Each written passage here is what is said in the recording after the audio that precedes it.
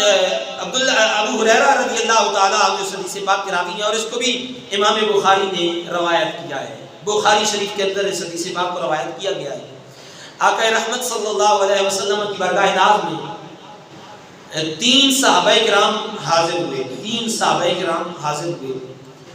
اس وقت حضور کریم علیہ الصلوۃ والسلام اپنے گھر کے اندر تشریف فرما نہیں تھے. حضور گھر سے باہر تھے. ان صحابہ کرام نے آ کے دروازہ کھٹکھٹایا اور دروازہ کھٹکھٹانے کے بعد پوچھا کہ آقا کریم صلی اللہ علیہ وسلم کہاں ہیں. آگے سے جواب ملا کہ آقا کائنات تو بھائی گھر کے اندر ابھی تک موجود نہیں ہے. ان صحابہ کرام نے پوچھا کہ ہمیں بتایا جائے کہ حضور کریم علیہ الصلوۃ والسلام کے اپنے عبادات کے معاملات کیا ہیں. حضور عبادت کیسے کرتے ہیں, رات کیسے گزارتے ہیں, دن کیسے گزارتے ہیں, اپنے ازدواجی زندگی کو کیسے گزار رہے ہیں, اپنے اخلاقیات کو کیسے گزار رہے ہیں, زندگی کے معاملات کو کیسے گزارا جا رہا ہے. تو بتایا جاتا ہے کہ رسول خدا علیہ الصلوۃ والسلام وقت پہ نماز کی پابندی کرتے ہیں, نماز وقت پہ ادا کرتے ہیں. رات ہوتی ہے تو رات کو پہلے حصے میں سو جاتے ہیں, صبح اٹھ کے تہجد کے وقت تہجد کی نماز ادا کرتے ہیں. اس کے بعد قرآن مجید کی تلاوت کی جاتی ہے اور ہر مہینے کے اندر 3 نفلی روزے رکھے جاتے ہیں. اسی طرح فرض روزوں کی جو ہے وہ اہتمام کیا جاتا ہے. اگر زکوٰۃ ادا کرنی ہو تو وہ زکوٰۃ ادا کی جاتی ہے. یہ صحابہ کرام تھے, شروع کے اندر جوش و جذبہ بڑھا زندگی کے اندر کہ بھائی ہم حضور تک تو پہنچ نہیں سکتے.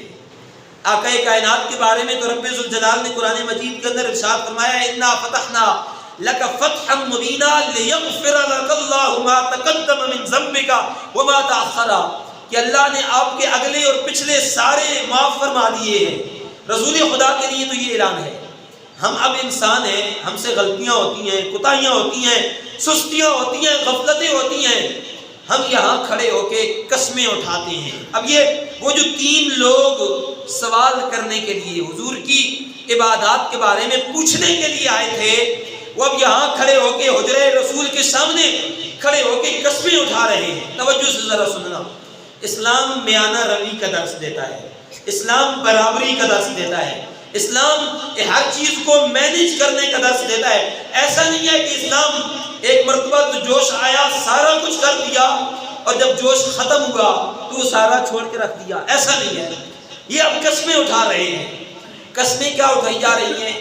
ایک آدمی کہتا ہے, قسم اٹھاتا ہے کہ میں بھائی قسم اٹھاتا ہوں آج تک تو میری جتنی زندگی گزری وہ گزر گئی, آج کے بعد میری آگے جتنی زندگی گزرے گی میں رات کو آرام نہیں کروں گا بلکہ ساری رات کھڑے ہو کے اللہ کے لیے عبادات اور نمازیں پڑھتا رہوں گا.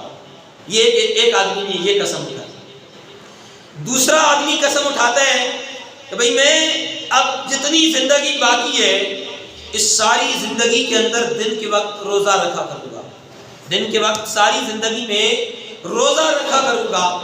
اور تیسرا آدمی یہ قسم اٹھاتا ہے کہ میں اب جتنی زندگی باقی ہے میں اب کسی عورت کے ساتھ نکاح نہیں کروں گا, کسی عورت کے ساتھ نکاح نہیں کروں گا. یہ اب ہر معاملے کے اندر حد درجہ غلوب ہے, حد ہے, انتہا ہے. رات ساری سونا نہیں ہے, عبادت کرنی یہ بھی انتہا ہے. روزے ساری زندگی کے رکھنے یہ بھی انتہا ہے, اور ساری زندگی نکاح نہ کرنا یہ بھی انتہا ہے. اب ان آدمیوں نے قسم تو اٹھا لی. آقا کائنات صلی اللہ علیہ وسلم, سارے محبت سے بڑا کریں حضور کی ذات اقدس پہ صلی اللہ علیہ وآلہ وسلم. آقا کائنات صلی اللہ علیہ وسلم جب گھر تشریف لائے تو آقا کائنات کو سارا واقعہ بتایا گیا. میرے کریم آقا کائنات صلی اللہ علیہ وسلم نے ان 3 لوگوں کو بلایا, ان 3 لوگوں کو بلایا اور بلا کے حکم ارشاد فرمایا بھائی تم نے قسمیں اٹھائی ہیں ساری رات نماز پڑھوں گا, ساری زندگی روزے رکھوں گا, ساری زندگی نکاح نہیں کروں گا.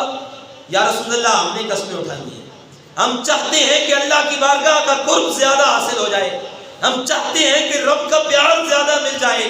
میرے کریم آقا کائنات نے ارشاد فرمایا کمال یہ نہیں ہے, کمال یہ نہیں ہے, حد یہ نہیں ہے کہ تم قسمیں اٹھا کے ساری دنیا کو چھوڑ کے ایک رہبانیت کی طرف چلے جاؤ. کمال یہ ہے کہ تم رات کو عبادت بھی کرو اور آرام بھی کرو، رات کو آرام بھی کرو اور عبادت بھی کرو۔ میں رسول خدا تمہارے سامنے کھڑا ہوں، فرمایا وَلَٰكِنِّي أَصُومُ وَأَفْطِرُ، میں روزے بھی رکھتا ہوں، افطار بھی کرتا ہوں، کبھی روزہ رکھتا ہوں اور کبھی افطاری بھی کر دیتا ہوں، کبھی روزہ نہیں رکھتا ہوں۔